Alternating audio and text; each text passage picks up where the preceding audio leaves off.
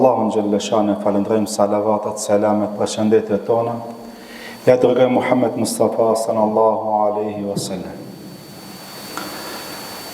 Gjemaat të pranishëm, ne dim se Allahu Gjellëshanuhu i ka 99 emra. Thot pejgamberi alaihi salatu wassalam, men ahsaha dakhala janna. Kush i mëson emrat e Zotit do të hinë në xhennet. Fjala el ahsaha, kanë thonë ulemat, jo vetëm i mësu për menç, po duhet edhe me ditë edhe kuptimin e emrave të Zotit. A thonë, Zoti pas ka 99 emra, kush i mëson dhe kush ja din kuptimin, do të hinë në xhennetin e Allahu Gjellëshanu. Njën nga emrat e Allahu Gjellëshanu është edhe emri El Afwa, falës. Është edhe një tjetër El Gafur, edhe ajo e ka kuptimin falës. E tash, ku është dallimi mes emrit El Afwa dhe El Gafur? Do ta kallëzojmë dallimin mes këtyre dy emrave. Aisha radiallahu anha i thot pejgamberit sallallahu alaihi wasallam, ja Rasulullah, nëse ne helbetna e gjojmë apo mujna me dallu se sot është nata e Kadrit, a thu vallë çfarë duaje duhet të bën?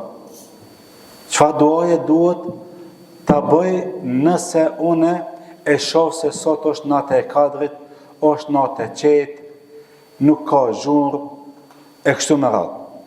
E pejgamberi alayhi salatu wassalam po don Aishës radiallahu anha me amësu këtë dua, me të kallëzu ty dhe mu se kjo dua janë shumë me rëndësi, sidomos me e thonë këto netët e fundit të Ramazanit. E pejgamberi alayhi salatu wassalam i thot Aishës, gruzvet, bijes e Bubekrit, thot o Aisha, nëse e takon natën e Kadrit, edhe e din se sot është natë e Kadrit, shpeshtoje këtë dua.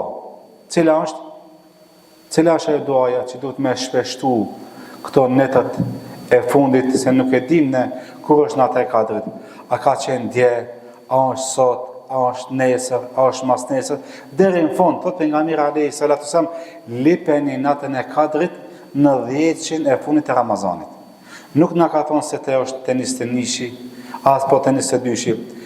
Ka me një hadith që duhet me lip natën e Kadrit të netët tek. Apo? Sot është nata 22. Po jashtë në Saudi është nata 23. E kështu që nuk e di ma është nata 22, është nata 23. Por e jo në është me lip, me kërku. Me kërku deri në fund. Ndoshta ka qenë edhe dje, ndoshta është sot, ndoshta është nesër. Por më rëndësi është ne kemi hinë në këtë finale, edhe vetëm Allahu Gjellëshanu e din se ku do tjetë, e ai cili hin edhe vjen xhami, sukur se e thash edhe dje, ai cili vjen dhe falet, e kalon natën me ibadet, pa dyshim se ka me zonë natën e Kadrit. Nëse s'ka qenë dje, ndoshta është sot, ose nesër, ose deri në fund, është një natë, nuk ka mundësi me dalë nga këto nga këto 10 e fundit të Ramazan. E pejgamberi alayhi salatu wasallam i thot Aishës, nëse e takon natën e Kadrit, thuj, Allahumma, innaka afuun kerimun tuhibbu el afwa fa'fu anni. O Allah, ti e falës, e don faljen, ti e falës dhe je bujar, e don faljen, e kërkesa jonë cila është? Më falë mua, fa'fu anni. Kërkesa njeriut, se fillimisht është edukat, kur të bëjsh dua, me atë cek të mirat e Zotit, me atë cek cilësit që ka i donë Zoti për qatë problem që ka e ki ti. E neve kemi nevoj që Allah me na falë, apo? E tash ne duhet mi kallëzu Zotit se o Allah ti e falës. Andaj, kjo është tërbija e duas. Kur të bëjsh dua, mës me shku me njërë të duaja, me thonë o Allah falem. Jo, fillimisht cekja cilësit e Zotit. Thuj o Allah ti e falës, ti e bujar, e don faljen, më falë mua. E tash, falje, el afwa, el gafur, çka është dallimi? El afwa është me t'i falë Allahu gjunat edhe me t'afshi tragin e gjunahit. Shikoni? El afwa është me t'a mbulu Allahu gjunahin, me t'a falë, edhe e kini pa baskin kërë ngull me një dras, shkon t'i e heka ma gjurma jetë, apo gjurma jetë. El afwa, kanë thonë ulemat, el afwa është Allah me t'afshi gjunahin, me t'a mbulu, edhe qatë tragin që ka e ki me t'afshi. Mes me t'let, mes me mbetë trag njëtën tënde. Kur shkojsh të Allahu pa gjunahe. Sukërse me t'lindë Allahu dhe një. Kurse el gafur është vetë me t'afshi Allahu xheleshan gjunahin, me t'a mbulu gjunahin.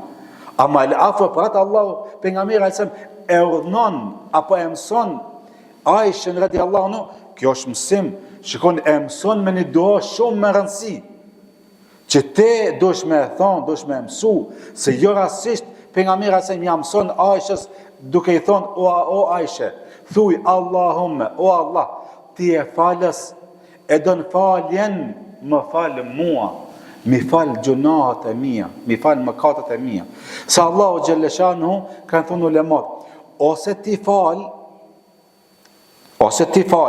edhe ta hup tragin e gjunahit, ose ta mbulon gjunahin, ama ditën e kiametit të kallëzon se e ki bo një gjunah. E nga kjo vjen, këtu kanë thonë ulemat, për shkak se është një hadith ku do të pejgamberi alayhi salatu wasalam, ditën e kiametit Allahu xhelleshanu e merr robin e vet, e mbulon me mëshirën e vet, edhe i thot te veshi, o filan, e din be filan nate, filan dite, filan sahati e ki boni mëkat. Po thot ana satartuha alayka fi dunya wa ana aghfiruha alayka al-yawm. Thot unë në dunjo të mbulova, edhe sot unë në dunjo, ditën e kiametit ka me të fshi. Mbulimi dhe fshimja ka dalim, e mbulim edhe fshimi është emri el afwa. Për atë pejgamberi sa neve na mëson dhe na thot, thuaj o Allah, ti e falës, e don falën e falën neve. Andaj, ne shikoni, dhurata më e mirë për agjëruesin e cili është nga Allahu. Cila është dhurata më e mirë e Allahut për agjëruesin e vetë? Me të fshi Allah gjunat. Pse agjërojmë ne? Me na fshi Allah gjunat. Pse falmi namaz? Me na fshi Allah gjunat. Pse lexojmë Kur'an? Që Allah me na fshi gjunat. Pse japmi sadaka? Me na fshi Allah gjunat. Për këtë shkak, andaj dhurata më e mirë për agjëruesin prej Allahut është nëse Allahu xheleshan t'i fshin gjunatet tuaja. Për këtë shkak ne Allah i ka dallu këto netët, e ka dallu Ramazanin, e ka dallu natën e Kadrit vetëm me t'i fshi gjunatet tuaja. Pse bje Allah i Ramazanin? 11 muaj ke bo mëkate në Ramazan, vjen që Allah xheleshan me t'i fshin ata gjunatet tuaja. Pse ne agjërojmë? Pse falemi? Pse japni sadaka? Pse lexojmë Kur'an? E pse bëjmë punë të mira? Vetëm me një cilë që Allahu xheleshan me na fshi mëkatet. Se kur t'i fshin Allah i mëkatet, zemra qetësohet. Zemra rahatohet. Zemra kënaqet. Edhe ditën e kiametit, këtu afëzlla dhe ma kallzën ajetin, ku thot Allahu subhanahu wa taala ditën e kiametit wasika alladhina ila jannati zumara. Thot ditën e kiametit Allahu xheleshano kur ka mishti njerëzit në xhennet me punët e veta, wa qala lahum khazanatuha salamun alaykum tibtum fadkhuluha dakhilin. Apo fadkhuluha khalidin. Ditën e kiametit ku do të vinë njerëzit, Allah ka mi fut ka xheneti, edhe me laçet që janë në roje e xhenetit ka me thonë selamun aleikum, tibtum, ju jeni të pastër, Allahu va ka falë mëkatet e juve, se s'ka mundësi njeriu me hinë gjuna me mëkate. Duhet me koni pastër. Edhe ku të pastron Allah për i mëkateve, që atërë thot hajde tash hinë xhenet. Ama pa të pastru Allah, nuk ka mundësi me hinë xhenet me gjunahe. Për këtë shkak, ne e lusim Allahun me na falë mëkatet e tona. Shpeshtoni këtë dua. Në sejdë, Imam Allahut pak e zgatin atë sejdën, vetëm me në qëllim që ju me e shpeshtue atë duan ku pejgamberi alayhi salatu wasallam i mëson Aishës, edhe kjo është mësim për neve, se është shumë më rëndësi me e thonë sidomos këto netët e fundit të Ramazanit. Wa akhiru da'wana alhamdulillahi rabbil alamin. Al-Fatiha.